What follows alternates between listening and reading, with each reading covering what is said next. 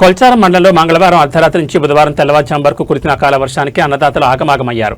మండలంలోని యనగండ్ల, వైమాందాపూర్, కోనాపూర్, పైతర, తుక్కాపూర్, కొల్చారం, రంగంపేట, చిన్నగనాపూర్ ఆయా గ్రామాల్లో కురిసిన భారీ వర్షానికి కొనుగోలు కేంద్రాల ధాన్యం రాసుల వద్ద చెరువులను తలపించాయి.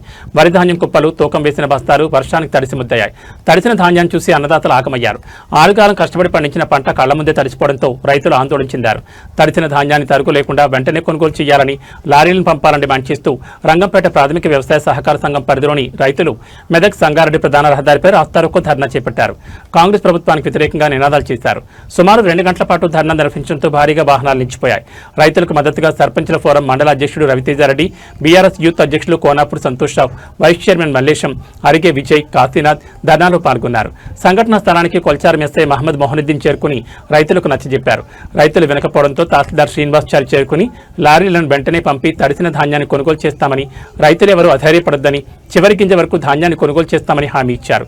సంఘం చైర్మన్ రమేష్ కుమార్ రైతులకు ఇబ్బందులు కలగకుండా గన్నీ బ్యాగ్స్, లారీలను సకాలంలో పంపించి ధాన్యాన్ని తరలించాలని తహసీల్దార్ శ్రీనివాసాచారిని కోరారు.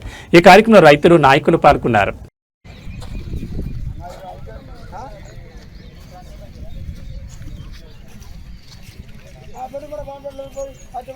Down, down, CM, down, down, CM, down, down, CM, down, down, CM, down, down, CM, down, down, CM, down, down, CM, down, down, Jai.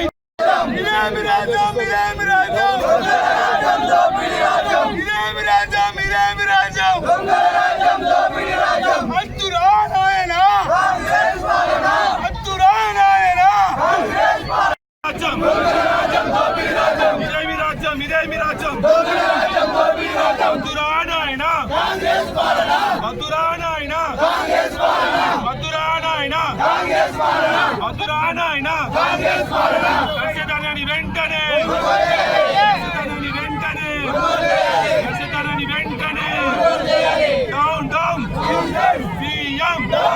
CM, down, down, CM.